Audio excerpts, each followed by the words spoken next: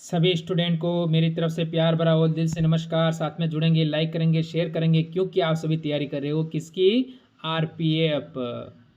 RPF SI की तैयारी कर रहे हो, आरपीएफ कांस्टेबल और एसआई दोनों की तैयारी आप कर रहे हो तो बढ़िया बात है, क्योंकि सिलेक्शन के लिए तैयारी कर रहे हो आरपीएफ एसआई कांस्टेबल की। तो कांस्टेबल भी बनना है और जो बच्चे एसआई में फॉर्म बनाए उन्हें एसआई भी बन जाना है।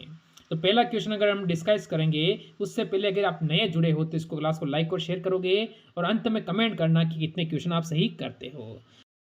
बताएंगे सभी पहले क्वेश्चन का उत्तर। तो पहला क्वेश्चन हमें कहता है, संविधान के किस अनुच्छेद के अंतर्गत भारत का राष्ट्रपति संघीय मंत्रिपरिषद की सलाह मानने के लिए बाध्य है? ये कौन सा अनुच्छेद हमें कहता है, उस अनुच्छेद के बारे में आपको बताना है। अगर हम यहाँ से देखें, अनुच्छेद 86, अनुच्छेद 74, अनुच्छेद 76, अनुच्छेद 101। अब यहाँ से ऑप्शन नंबर बच्चा बी देता है तो वो यहाँ से बिल्कुल सही है, अनुच्छेद 74 के तहत। आगे बढ़ो। सरकार द्वारा कर्मचारियों के अतिरिक्त महंगाई भत्ता किस आधार पर दिया जाता है, ये आपको बताना है। तो देखो, अतिरिक्त महंगाई भत्ता जो मिलता है वो कौन से आधार पर मिलता है? उपभोक्ता की मूल्य सूचकांक के आधार पर। यानी ऑप्शन नंबर डी से यहाँ से जो बच्चा दे रहा है वो एकदम सही और सटीक हो जाएगा। बढ़ो अगले क्वेश्चन पर। क्वेश्चन नंबर 3, बरहुत भूमि किस धर्म से संबंधित है? ये बताना है। बरहुत भूमि है वो कौन से धर्म से संबंधित है? अब यहां से देखो, जैन धर्म, हिंदू धर्म, बौद्ध धर्म और शैव धर्म। तो ये बता दूं मैं आपको, ये है कहाँ पर है? ये मध्य प्रदेश में है। कहाँ है? मध्य प्रदेश। ये भी आपको जानकारी होनी चाहिए। अगर मध्य प्रदेश का जिला आपसे पूछे कौन सा है तो सतना। सतना जिले के अंदर है, ये आपको ध्यान रखना चाहिए है, ये आपके लिए है। और यहाँ स्थापित बौद्ध स्तूप और कलाकृतियों के लिए प्रसिद्ध है, ये आपको पता है क्योंकि ये बौद्ध धर्म से संबंधित है, ये आपको ध्यान रखना है। बढ़ो अगले क्वेश्चन पर। निम्नलिखित में से कौन नकदी फसल है? ये आपको बताना है। नकदी फसल यहाँ से कौन सी है? फसलें कौन कौन सी है? गेहूं, चावल, मक्का, मूंगफली। नकदी फसल इसने कहा है वो कौन सी है? तो वो मेरे दोस्त आपका उत्तर हो जाएगा मूंगफली। ऑप्शन नंबर डी बिल्कुल सही रहेगा, जो कि किसकी है? खरीफ की फसल है। इसके साथ ये आपको ध्यान रखना है। आगे बढ़ो। मलेशिया की राष्ट्रीय मुद्रा क्या है? मलेशिया देश तो आपको पता है, उसकी जो राष्ट्रीय मुद्रा है, ये आपको सभी देशों की मुद्रा, राजधानियाँ, राज्यों की राजधानियाँ, ये आपको पता होना चाहिए। तो हम क्या कहेंगे? रिंगिट। ऑप्शन नंबर जो बच्चा सी देता है वो बिल्कुल सही है। आगे बढ़ो। क्वेश्चन नंबर 6, लिग्नाइट कोयले को क्या कहा जाता है? लिग्नाइट कोयले को क्या कहा जाता है, ये आपको बताना है। जैसे कि मूलियम कोयला, ब्राउन कोयला, कोक कोयला, या इनमें से कोई नहीं। मेरे मित्र, मेरे भाई, मेरे दोस्त, आप सभी कह सकते हो ब्राउन कोयला। यानी जो बच्चा बी यहाँ से देगा वो एकदम सही रहेगा।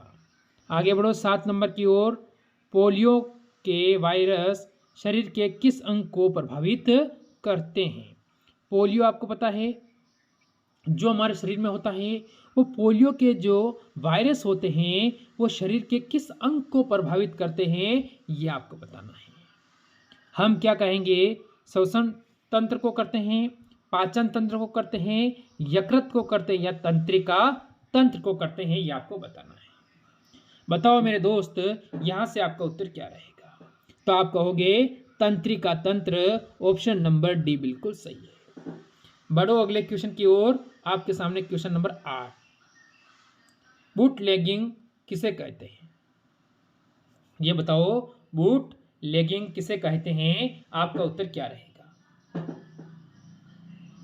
तो यहां से जैसे कि सोने की तस्करी, शराब का अवैध व्यापार, तस्करों को पकड़ने की नीति, सोने के जूते बनाने का कारखाना। तो ये तो हो नहीं सकता है जूते बनाने का कारखाना। ये तो कई उत्तर थोड़ी होगा। तो उत्तर इसमें ये होता है मेरे भाई, शराब का अवैध व्यापार। ऑप्शन नंबर बी यहां से बिल्कुल सही है। बढ़ जाओ अगले क्वेश्चन पर। क्वेश्चन नंबर 9 आपको कहता है इंदिरा गांधी स्वर्ण कप किस खेल में दिया जाता है। इंदिरा गांधी स्वर्ण कप किस खेल में दिया जाता है? खेल कौन सा है ये आपको बताना है। बताओ आपका क्या ये मेरे मित्र, यहां से इसका उत्तर आप मेरे को कमेंट कर सकते हो? क्या इसका उत्तर आप मेरे को कमेंट कर सकते हो? और इसमें जो हॉकी है ये हमारा भारत का क्या है, राष्ट्रीय खेल है। राष्ट्रीय खेल आपको ध्यान रखना है। बढ़ो अगले क्वेश्चन पर। भारत में बेरोजगारी की समस्या मूलतः है। आपको पता है कि भारत में जो बेरोजगारी चल रही है तो उसकी समस्या के बारे में बात चल रही है। चक्रीय बेरोजगारी है, संरचनात्मक बेरोजगारी है, मौसमी बेरोजगारी है। ऑप्शन नंबर डी तो हो ही नहीं सकता, वैसे ही गलत लिखा हुआ है। हम कहेंगे संरचनात्मक बेरोजगारी, यानी बच्चा ऑप्शन नंबर बी यहां से बिल्कुल सही है। आगे बढ़ो। क्वेश्चन नंबर 11 कहता है पंचायती राज से संबंधित अशोक मेहता समिति की स्थापना कब हुई थी? यह आपसे पूछ रहा है कि अशोक मेहता समिति है, इसकी स्थापना कब हुई थी? ये पंचायती राज से संबंधित अशोक मेहता समिति है, इसकी स्थापना कब हुई थी? तो 1957 option A, 1974 option B, 1977 option C, 1952 option D. तो आप ऑप्शन नंबर सी 1977 जो बच्चा देगा वो बिल्कुल सही है। बढ़ो अगले क्वेश्चन पर। आपसे अधिक व्यय होने पर क्या कहा जाता है? जो आपको पता है आपकी आय होती है, आय है आपके पास, उससे जो अधिक व्यय होता है उससे क्या कहा जाता है? जैसे अतिरिक्त बजट, घाटे का बजट, हानिकारक बजट, छोटा बजट। बताओ। अब यहां से मेरे दोस्त बताएंगे कि आपका उत्तर यहां से क्या है, कौन सा ऑप्शन बिल्कुल सही है। तो बच्चे कहोगे घाटे का बजट। सर ऑप्शन नंबर बी यहां से बिल्कुल सही है। कौन सा सही है? Option number B. Question number 13 का उत्तर देंगे भारत माता मंदिर कहाँ स्थित है? भारत माता का जो मंदिर है वो कहाँ पर स्थित है? अब हमारे पास जो ऑप्शन आते हैं मेरे भाई वो वाराणसी, दिल्ली, अहमदाबाद, चेन्नई। अरे सुन तो रहे हो आप सभी? चलो अच्छी बात है, मन लगा के सुनिए और सिलेक्शन की ओर बढ़िए। यानी मेरे दोस्त आप कहोगे वाराणसी। ऑप्शन नंबर ए हो जाएगा, ये आपको ध्यान रखना है, जो कि उत्तर प्रदेश के अंदर होता है। ये भी आपको पता होना चाहिए वाराणसी कहाँ है, उत्तर प्रदेश के अंदर है। ये आपको दिल्ली है, अहमदाबाद होती है गुजरात के अंदर, ये तो आप सभी को पता है। आगे बढ़ो। किसी व्यक्ति के पाचन तंत्र जांच करने के लिए कौन कौन सा यंत्र का उपयोग किया जाता है, यानी कौन कौन सा यंत्र होता है उसका क्या है प्रयोग करते हैं, ये आपको बताना है।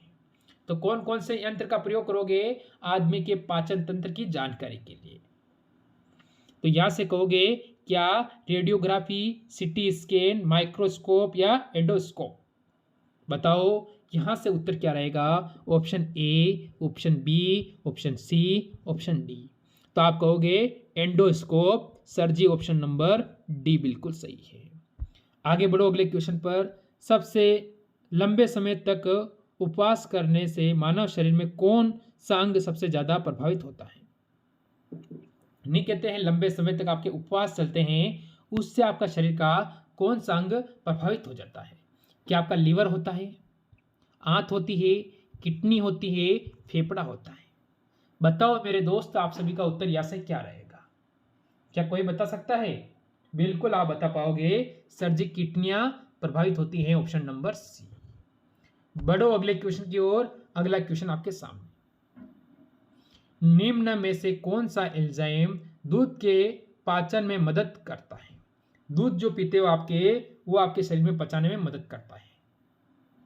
बताओ आप सभी का उत्तर क्या होगा यहां से? तो आप कहोगे मेरे दोस्त यहां से option A, B, C, D.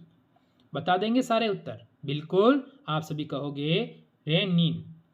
Option renin, option number D बिल्कुल सही है। बढ़ो अगले क्वेश्चन की ओर। आपके सामने एक और क्वेश्चन आया 17 नंबर। अंतर्राष्ट्रीय शिक्षा दिवस कब मनाया जाता है? अंतर्राष्ट्रीय शिक्षा दिवस कब मनाया जाता है, ये आपको बताना है। बताओ अंतर्राष्ट्रीय शिक्षा दिवस कब मनाया जाता है। ऑप्शन आता है 20 जनवरी, 24 जनवरी, 3 जनवरी, 18 जनवरी। यानी है तो जनवरी, ये फिक्स हो चुका है। अब हमें कहेंगे कि वो मनाया जाता है कब। बिल्कुल बच्चा 24 जनवरी जो देता है यहाँ से बिल्कुल सही रहेगा। आगे बढ़ जाओ। अंतर्राष्ट्रीय बालिका दिवस कब मनाया जाता है। अंतर्राष्ट्रीय बालिका दिवस है वो कब मनाया जाता है, ये आपको बताना है मेरे दोस्त। अंतर्राष्ट्रीय बालिका दिवस यहाँ से 12 अगस्त, 15 अगस्त, 11 अक्टूबर, 15 अक्टूबर, यानी कह रहा है कि अंतर्राष्ट्रीय बालिका दिवस मेरे दोस्त मेरे भाई 11 अक्टूबर। यानी जो 11 अक्टूबर की ओर जाता है वो ऑप्शन नंबर यहाँ से सी बिल्कुल सही कह देगा कि सी हमारा सही है। अगला क्वेश्चन देखो, कुतुब मीनार में कितने मंजिल हैं, ये आपको बताना है। कुतुब मीनार में कितने मंजिल है, ये दो शासकों द्वारा बनाई गई है। इसकी नींव किसी अलग आदमी ने रखी और इसको पूरा किसी और ने करवाया। तो आप कहोगे सर जी 5 मंजिला है, इसकी नींव रखी थी किसने, कुतुबुद्दीन ऐबक ने रखी थी। आपको ध्यान रखना है, नींव रखी थी किसने रखी है, कुतुबुद्दीन ऐबक।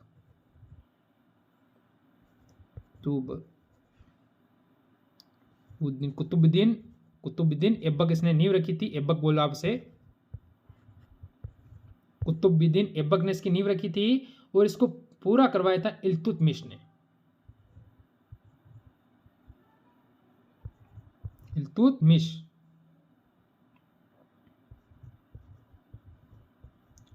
ने इसको पूरा कराया था कि इसका क्या था, दामाद था। यानी ये कौन से वंश के हैं, गुलाम वंश के। ये भी आपको ध्यान रखना है। बढ़ो आगे। बौद्ध धर्म एवं जैन धर्म में किस विषय पर अंतर है। बौद्ध धर्म और जैन धर्म में किस विषय पर अंतर है, ये आपको बताना है।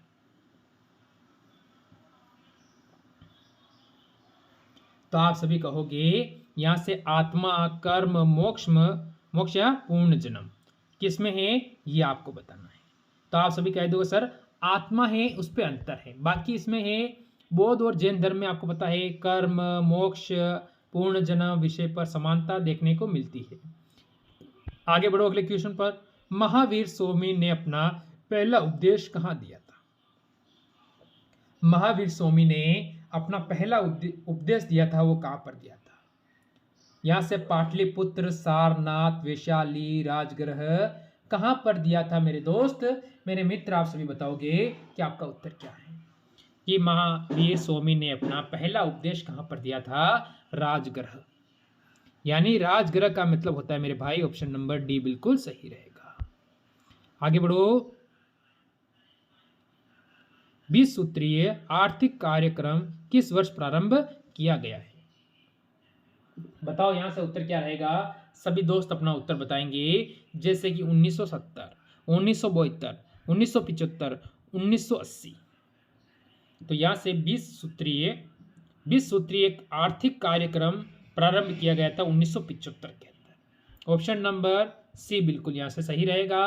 आगे बढ़ो अगले क्वेश्चन पर। बैलगाड़ी किस चित्रकारी की करती है।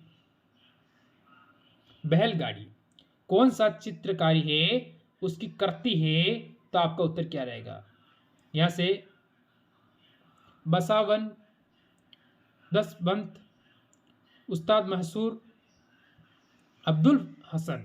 बताओ मेरे दोस्त यहां से क्या रहेगा। जो बच्चे उत्तर बिल्कुल सही दे देंगे तो मैं आपको बता दूं ऑप्शन नंबर डी। यहां से जो बच्चा देगा वो बिल्कुल सही है, अब्दुल हसन जो बच्चा दे रहा है वो डी सही रहेगा। बढ़ो अगले क्वेश्चन पर। वेलंजली की सहायक संधि को स्वीकारने वाला दूसरा राज्य है। यानी दूसरा राज्य कौन सा है ये आपको बताना है। तो आपका उत्तर क्या रहेगा। वेलंजली की जो सहायक जो संधि थी उसको स्वीकार करने वाला दूसरा राज्य आपसे पूछा है। तो पहला भी तो आपको पता होना चाहिए, नहीं होना चाहिए भाई, पहला भी पता होना चाहिए। तो आप कहोगे दूसरा तो मैसूर है और पहला है हैदराबाद। हैदराबाद ने कब की थी, इसने 1798 में इसको स्वीकार किया था, जबकि मैसूर ने 1799 में इसको स्वीकार किया था। उसके बाद आपको जैसे इसको तजोर ने भी स्वीकार किया था 99 में, और अवध ने भी किया था। अवध ने किया था 1801 में, 1801 में किया था, और मराठा ने किया था 1802 में। ये चीजें आपको ध्यान होनी चाहिए, कब कब किसने किया था। आगे बढ़ो अगले क्वेश्चन पर। किस विटामिन को हार्मोन माना जाता है? ऐसा कौन सा विटामिन है जिसे हम हार्मोन मानते हैं? तो आप सभी कहोगे सर विटामिन डी को हम क्या मानते हैं? हार्मोन मानते हैं। तो यहां से आपका उत्तर डी हो जाएगा। तो मेरे बच्चों आज के टॉप क्वेश्चन मैंने करवाए हैं 25। बताना आपके कितने क्वेश्चन सही हुए हैं। मिलते हैं कल एक और नई क्लास के साथ। आज की इस क्लास से लेता हूं मैं अलविदा। सभी को जय हिंद जय भारत।